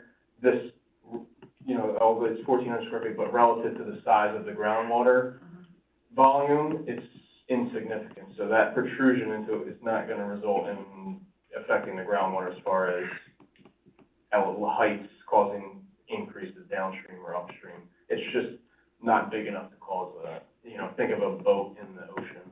So the footprint of the basement is 1,400 square feet, or that's the footprint of the addition? Right. And then you're going down 10 feet, so that cube is gonna be excavated into the ground. Into the ground, correct. And that won't cause any flooding problems if water has to go around it, or if you're in groundwater, the water has to then go around it and go somewhere else. Well, like I said, we've got enough existing information from the previous approvals on that, I don't think groundwater interaction is a huge issue or at all here. And even if it was, that it's insignificant in the amount of protrusion that this would enter into the groundwater. It just doesn't provide enough of a diversion. The groundwater will naturally work its way around it, but it's not going to create, a large impact impeding groundwater or pushing it higher in one area or the other. It just really doesn't represent a large enough area. Do you have a copy of the wetlands approval, or does that mention anything about conditions? We do have I don't have it on here, but we certainly could provide it. It should be in the record, I think it's in our, It's in your file. thank you. Well, this site's also up high too, right? Correct, this is a naturally high site. You have that, and there's really, what's the next nearest building is, what's that building? If I'm looking- Probably Well, the Panera. next nearest building is probably, the shopping center next door over here. Panera being the first building, which is potentially higher? So this building here, which is where Donut Inn is, and, Oh, wow. Is that where it's next? yes, the nail salon is the first Oh, that's building right. next door, and then Donut Inn after that. Okay. And this is also, elevation-wise, is either on-site or up gradient. The natural groundwater flow is gonna be working its way this way. Sorry. Questions, this juncture? So, Go ahead, I was Commissioner just Brown. gonna say, so no percolation or other test pits have been dug on this property for this project, but they were for prior projects? Correct, so we utilize the existing Can information you that was provide on that file. to us? It's provided in the drainage report. I'm looking at the it's very The hard. drainage report's like 150 I know. pages. so- We included Huntington Company. I'm not scientist, it's hard for me to read, but, yeah. Huntington Company was the engineering firm that did the previous design, so for consistency, we included their original approval with our drainage report, because we did utilize a lot of the information that they had done originally, specifically to the existing drainage system that's there. Are you talking about the existing, with the existing building or that most recent application? No, so that work that Kurt's referring to was done when this building was built as the bank. Okay, thank you. Correct. And I assume you were involved with the... We weren't involved in the bank, we were involved in the previous Yeah, application. the restaurant, I remember that. Yeah, we were involved in that one and the addition to this building here. Were there any, to Commissioner Braun's point, borings done at that time or things along that end? No, I mean, we did, if I remember right, we did a couple borings over here, not exactly where the building's going, just to see if we had any rock, but, we didn't. And how far down did you go? I think we only went down, just like 10 or 15 feet. Yeah, because I don't remember there being a basement for the restaurant. We weren't doing a basement. Yeah, so. Commissioner Harrison? I had a question. We have a letter here from Roland Zeleny, who I'm sure you're familiar with. He's the neighbor, yeah. I am today. Now, he raised some concerns about some safety. Now, what, could you address any of that? Sure I can, and I know that you're not a traffic expert, we've No, gone through and this. unfortunately, Mike Halpy, who's the owner, couldn't be, he's actually on an airplane right now, so he couldn't be here tonight, but I did speak to him this afternoon, and there's a couple comments, and so, just so we all know who we're talking about, is the owner, the managing partner of this building next door over here. His two comments in the letter were that reportedly, my client cut down 15 trees on his property. My client said to me that he cut down 5 trees here, that he made sure the surveyor double-checked that they were on Lennox's property, and the only reason they got cut down was to make the sight lines better on the traffic coming in and out of the driveway. This is not gonna really generate any more traffic than we have currently. I mean, maybe he's gonna get a couple of more clients, but it's not like we're gonna be bringing a lot more people in and out of the building. His intention wholly is, because I know there's another letter in the file. Mhm. My client's intention is to keep this building as a jewelry store, to stay here for as long as he's around. He's not planning on flipping the building. There's no change of zones, because I know there's a letter in the file also that refers to this being an application for a change of zone. We're not asking for a change of zone. We're completely conforming to all the zoning regulations. Thank you. Commissioner Pekowski? Great. I just have a quick question about the dumpsters, but I know you're relocating to the other side. And are there any residences near that side? Businesses aren't. I can't see like where the dumpsters are going. So the Commissioner? dumpsters are right there, Oh, there you go, yeah. in that corner. To the left, if I'm looking. Well, hold on, You're standing on can't the have, street. I'm sorry, we can't have public comment yet, but that's fine, I don't Okay, mind so that. but- But where's to Commissioner Pekowski's question, the residences? Right, so the dumpsters are in the back, if you're standing on the street in the back left-hand corner, there's, I don't know exactly where any of these residents are, but we have the retaining wall on the other side of the dumpsters, and then the hill goes up from there, and then there's residents back here someplace. Okay, so quite a ways But- back. Okay. And this is, again, this is also all the conservation easement area where nothing can ever be built. So this will always just be whatever landscaping or trees or shrubbery is there is always gonna be there. grow more. And the retaining wall will be the same height that's there now to protect the land and, Relatively. Yeah. Like I said, the maximum height of the new retaining wall is 4 feet. Most of the retaining wall itself is less than that. This corner is 4 feet, and then it tapers down 3.5, 3, and then in this area is at 2.5, 2 feet. okay, but that's not shorter than what is currently there. It actually, on this corner, because we graded this land a little bit, is a little bit shorter. I mean, it might be a couple feet, but it's no more than that on one end over here. But the wall does already slope down from here to down that end. Okay. It's essentially the same as what's there. Commissioner Braun? Does the retaining wall, is the abutting property higher or lower than you? Higher. This is higher. Oh, It keeps going up. So this is a cut wall rather than a retaining wall. It's load bearing, right? It holds back. Well, it's gonna- Yeah, it's retaining, but usually when you think of retaining, you're thinking of the opposite. So this is lower than this, so this wall would be considered a cut Okay. type of wall. Use them as the same, but okay. Or something new. how much vegetation do you have to remove? You must not have trees right near the retaining wall, right? That was, Existing what or are you proposed? removing, and could you add anything to make up for that? We are adding some additional trees over here, and then the landscape now is woody and scrubby. It's not very well manicured on the top side. A lot of overgrown, it's not heavily treed. It's really just overgrown brush. So some of that will obviously have to be removed when we put the wall in. But everything beyond it will be left as is, and anything that's disturbed on the top of the wall will be restored. And again, not to beat this to death, but we're not going into the conservation easement to do that either, because we have a lot of space between the wall and the conservation easement. And inland wetlands has, one of its conditions is to, I guess, replace to some extent the vegetation you're removing, which I assume would be on the other side of the retaining wall, but not in the easement. Correct. And one of the reasons for these trees over here too is, as we went through the code enforcement and other boards, this, one of the requirements was to add some of that landscaping too. Okay. And that's well above, what would be the sight line, right? The tree. Yeah, I mean, Mhm. yeah, Down. because we're all the way down here. The travel ways. And this is higher, this grade is much higher here than. Yeah, they're not gonna, yeah, There's- grade over, There's the grade a affects whole it. retaining wall along the street line here. I can't find the wetland confirmed, oh, no, you don't have that yet, so. We'll request staff. I can forward this, Jim We- has it. If it's not on the record, we'll put it in the And then record. the borings that were done years ago, do you know when they were done? Like, how long ago? I'm really sure.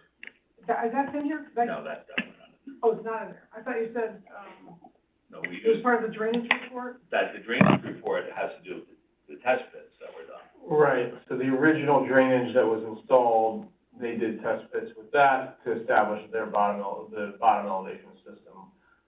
What you're talking about is the borings, that was not associated with that. Okay, but there were borings There out was there. there was actually a couple of test pits done back here. Can you explain the difference between a boring and a test pit? Yeah, boring would be you take a 2-inch diameter hole and you drill down 30 feet And what's the purpose of that? to see if you have, mostly to see if you have rock and what kind of soils you have, so you can determine your bearings. I mean, we'll probably do a couple here to see what our soils are, or at least dig a hole down 10 feet to see what our soils are, but that's, on small projects like this, many times we don't do the soil borings, we'll just dig a hole and find out. But that's the difference. When you're doing a test pit, you're trying to find out what the groundwater conditions are, so you can design your drainage systems.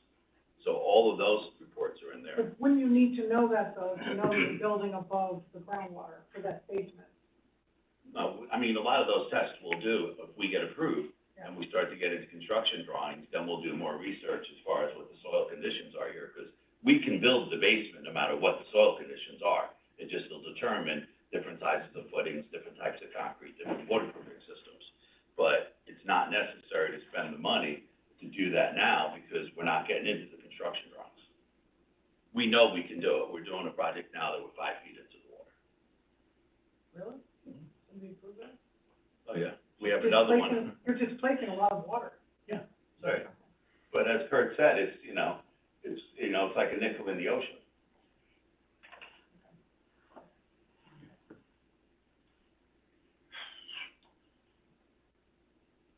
Okay, any questions at this point, or otherwise, feel free to continue. I don't have anything else. I mean, obviously, if there's public comment, I want to have a chance to rebut. No, of course. Does the addition, require additional parking? So the answer is yes, and the amount of parking that we provided conforms to the zoning regulations for the amount of parking for the entire building. So we evaluated all the retail space in the building, size of it, determined how many cars we need, and that's how we added a spot here, and the 2 spots over there, and a spot here. Okay, so you feel, and you say that We conform to the. you conform to the parking, fair. You talked about how you don't believe there's gonna be any additional, trip generations, I assume that, this is gonna be the same use, Exact same use. bigger, but you don't expect to have more customers, you have the existing building? But we hope we have a few more customers. No, that's fine, but Minor difference. Black Rock Turnpike is busy, but you already have people coming in and out of the site, taking lefts and rights, right? Both ways Yes. they're allowed to take? And I think, if I'm right, and I don't have Mr. Zeleni's report in front of me, the owner next door, but I'm pretty sure his letter states the fact that we are a very light traffic generator on the site currently. And I don't, was there a traffic report in this? I don't, No. not needed, I don't think, but, okay. Is there, Commissioner Braun? is there a reason why you're building out instead of up? Is there sort of a retail, type? You mean, is there a reason we didn't put the second floor on the building? Yeah. Well, yeah, there's a whole bunch of reasons. Number one, we would have to restructure part of the building to do it. It's not designed to have a second floor. Number two, retail space on 2 levels doesn't really work very well. So you really want the retail space to all be on 1 level. So, 2-story retail almost never works in a scenario like this, especially a small. If it's a mall with, and it's a little different scenario, but we would need elevators and all those other things, so. Can I ask one Go more? ahead. Is there a way of reconfiguring the parking and the travel without building out, moving that retaining wall? Is there a way of fitting it all in on the rest of the park? No. Look, believe me, we looked at it. If we didn't have to move that retaining wall, we would love to not move the retaining wall. I mean, there's a significant cost to doing this work, but it was no other way to do it. And so, and we couldn't, even if we wanted to go upstairs and build a second floor, we couldn't build over the whole building because we wouldn't have enough parking for it, so. And then it would be a matter of moving all our mechanicals. Not sure we have the heights to work with anyway, because the building's got tall ceilings in it, so. Any other questions? Anything further? Okay, That's what we wrote. that's fine.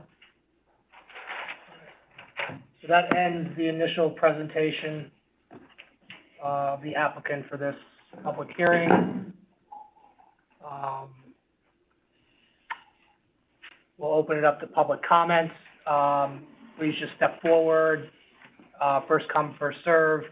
If you can, just, when you come up, state your name, your address. Keep your comments germane to the issues, no time limit. Anybody who submitted things electronically, I know if you have already, I know I've read them. If the rest of the commission hasn't, they will, certainly, that's what we always do. So you can certainly speak if you already submitted it in writing. Prefer not to be duplicative. We take both writing, if there's something submitted in writing via email, or somebody who comes up and talk in the same strength, same, competency, I guess is the word. No need to be duplicative. We read, but does anybody wish to be spoke? Anybody in person wish to speak on this application? First come, first serve. Come on up. Again, just your name and address. Where am I? Just come right, you can sit down, Okay. if you can just go right in front of the mic. Gentlemen, you can sit down, you don't have to stand. Okay, is there somewhere for people, like my husband, to see this night, like, where do I find the plans? Plans are available on our website, Okay, town plan and zoning, website. There's a link, find the agenda, and there's a link on the agenda to access the plans. okay. Okay, and then the dumpsters I was asking about before, that stays down below by the retaining wall? Okay, The site plan's gonna come up on the screen here in a second. okay, So yes, the question was, So the dumpsters are in that back left. in the back lot, Yeah, for me. okay. no, that's fine. We don't have to go back and forth, we'll wait for rebuttal, but I think that's a fair, if a simple point to be answered, that's fine. Okay, and how high, is that 25 feet high, then that addition is going to be behind the existing What's your question? building now? I'm sorry, you mean how high is the addition compared to the building? Yeah, I'll ask, him of that when he gets back up. He's okay. taking notes, I expect that he'll answer it for us. Okay, and is there anything on top of the addition, like, air conditioning units, things like that? I mean, we live in Steiner Street, so Yeah, we're concerned about what we're going to see above, what trees will be taken down. Okay. I know you say it's brush, but it's, it still kind of blocks us from the view of Black Rock Terminal. Steiner Street is north of the property? Yes, we're in the cul-de-sac. North of it, so you have your property, the easements, conservation area, and then the property below. Yeah. Okay, can you see it now?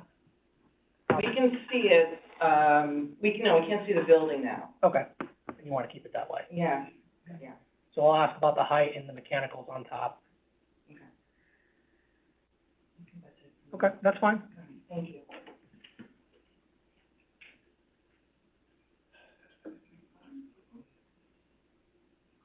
If you're ready, sir, come on up. Good evening, Come on, Mr. why don't you just come up, sit down, or stand if you want, but at least, You can hear me, but, okay, thank you. just so we can get you in the microphone and, on the record too, thank you.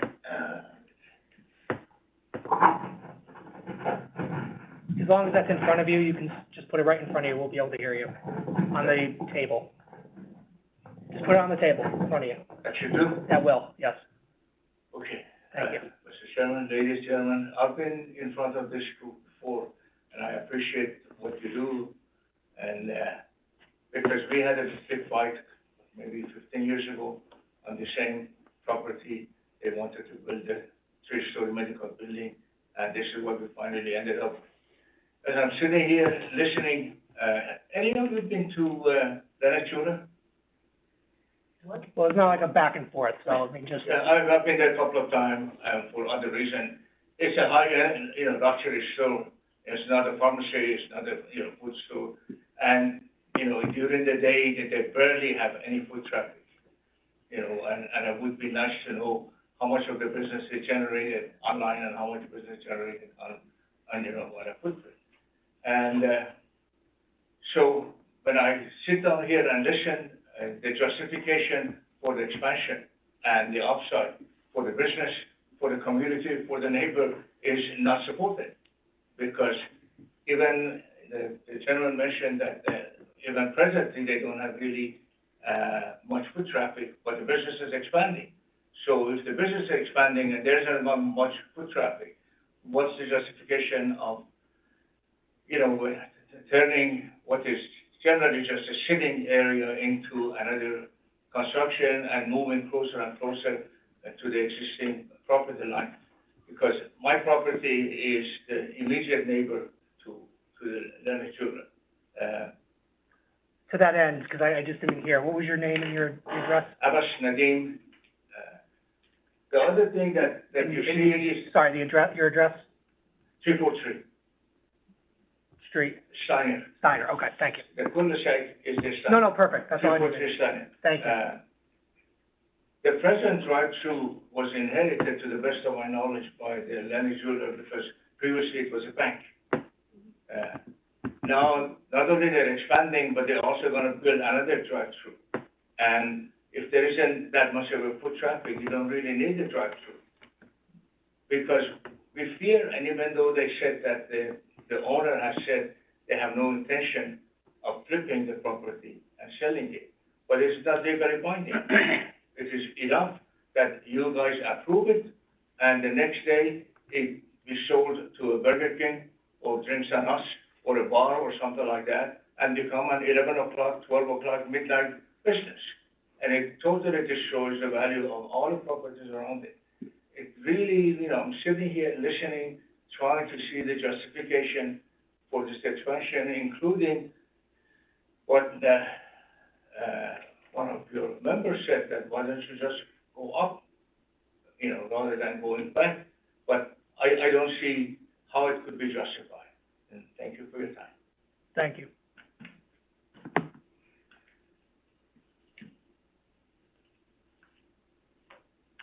Any other member of the public in person wish to be heard on the application?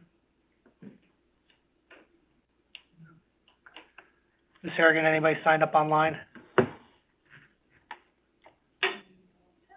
Yeah, I'll just make the announcement. Does anybody who's joining us remotely or by telephone wish to be heard on this application, 2500 Black Rock Turnpike?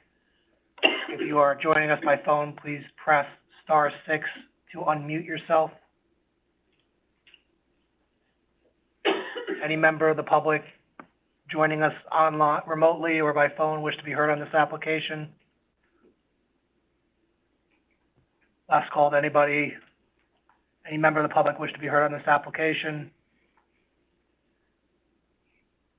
Hearing no one else, I'll close the public comment portion of the application. Mr. Cerrone, your rebuttal? Thank you.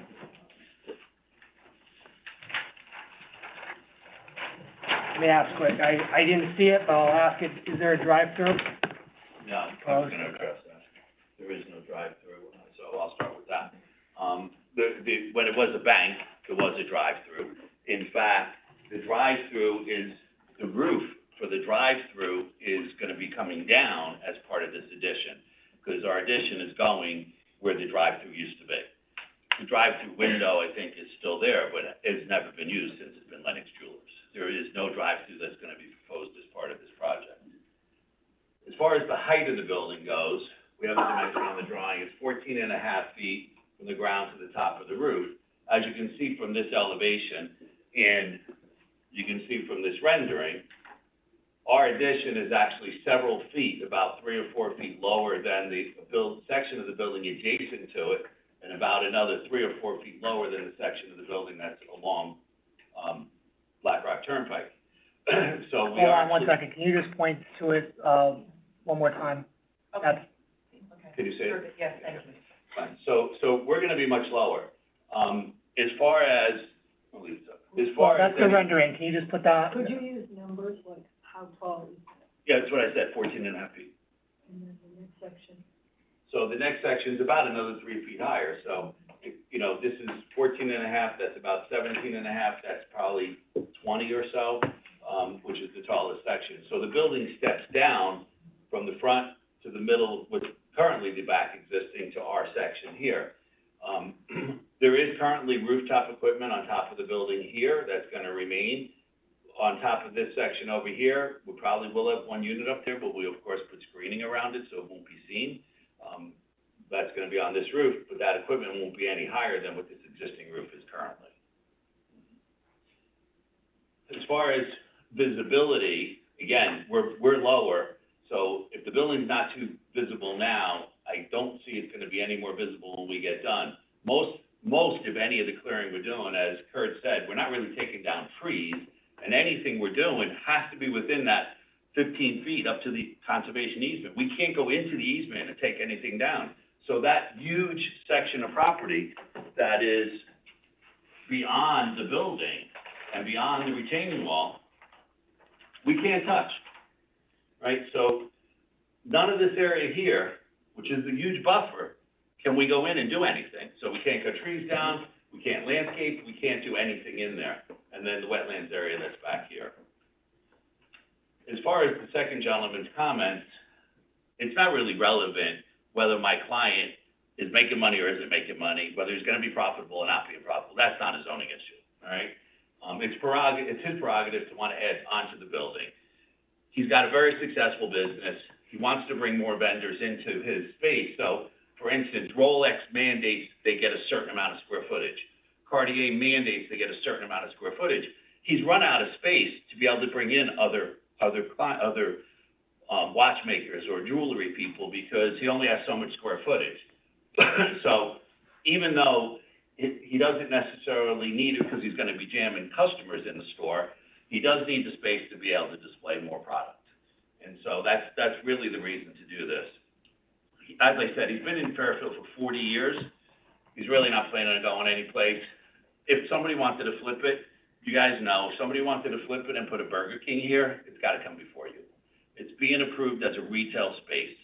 So it's gotta stay as a retail space unless a new person, a new owner, or even if my owner wanted to, if it wanted to change the use from retail, he's gotta come back before this board and get approved. And it would change the parking, it would change everything else. As I said, there is no drive-through. And we're building only, again, we're building only in the commercial zone. We're not going into the residential zone. We're not going into the wetland setback. We're not going anywhere near the conservation easement. So I think it's a good project. I think we're one of the least intensive uses you could have on this site. My client's been a great client and a great, tenant and owner of property at this location since he's been there. As you know, it was empty for several years before that, and other people have tried to get other projects approved that were much more intense. We were involved in some of them than this is. So I ask that you approve this and, let us build the addition with that. Nothing else. Any final questions from the commission? Commissioner Braun? I would just like to get a copy of the, wetland certificate as Yes. well as, whatever test hole or boring you have from the prior app. They're all in your file. I mean, we could get you more copies, but they're in the report, for sure. I thought you said the borings weren't though. No, well, we did, I mean, when I said boring, so I corrected that to say we actually had done test holes back there. I'll have to go back and see, that's from a while ago, if we have those results. But they weren't where the addition's going. We will do Just fine, soil but borings where the if you can addition's going. check and see if you have them and supplement the record, please. But the other stuff, all the ones for drainage are in the. That stuff should be on file, actually. When Huntington originally did this, this may be in the P&D file, so I'll talk with Jim and we'll see what we can find our end. No, that's a If we fair have that point. information, we'll absolutely provide it to you. Okay. Thank you. If it's been previously provided in other record, in part of our records, we can take notice of it. Anything else? Anything else? No. All right, so that ends the, public hearing of this application. And that being our last item, I'll close the hearing. Thank you for your time. Thank you. Thank you, everyone.